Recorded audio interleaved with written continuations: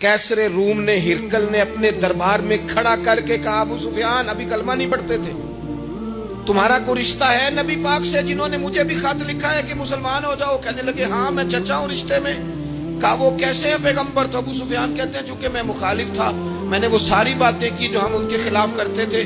उसने आखिरी बात पूछी, उसने कहा अबू सुफियान ये बता कि वो जिन्होंने ऐलान नबूवत किया है क्या कभी उन्होंने झूठ भी बोला है?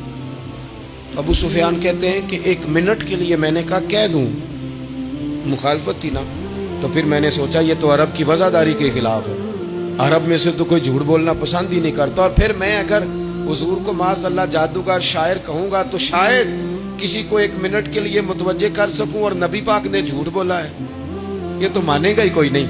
कहते हैं बादशाह ने फिर जोर दे के कहा, सरदार बताते क्यों नहीं, क्या कभी उन्होंने झूठ भी बोला है?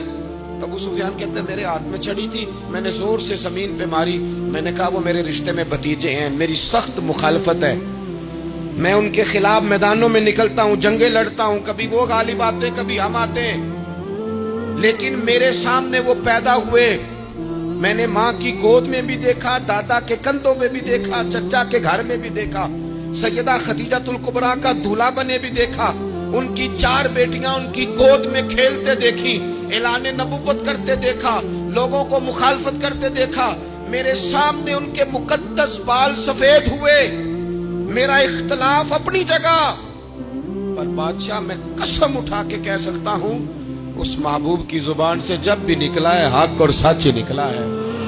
असीर दुश्मन की चाह में भी, वो मुखालिफों की निगाह में भी अमी है, सादिक है, मोतबर है, मेरा पैगंबर अजीम तर है, मेरा पैगंबर अजीम तर है, मेरा पैगंबर अजीम तर है। झूठ नहीं कभी हुजूर ने बोला। कहते मैंने जवाब दिया तो सन्नाटा छा गया सारे दरबार में, कितने उसने सवाल पूछे, घंटों बाद सन्नाटा छा गया। और फिर बादशाह ने अपना परना उठाया, चादर उठाई, कंधे पे रखी और जाने लगा, तो मैंने पीछे से पलट के कहा बादशाह इतने तूने सवाल किए, इतने मैंने जवाब दिए, रिजल्ट का भी तो ऐलान करना, नतीजा भी तो देना, क्या निकला? तो कहते हैं वो जा रहा था, वहीं खड़े खड़े उसने चेहरा मेरी तरफ फेरा और कहने लगा सरदार नतीजा तो निकल आया है, रिजल्ट तो निकल आया। जिस बंदे ने कभी बंदों से झूठ नहीं बोला वो ये झूठ क्यों बोलेगा कि मैं अल्लाह का रसूल बन के आया हूं? नतीजा तो निकल आया, बात तो क्लियर हो गई, अब आगे क्या जाना है?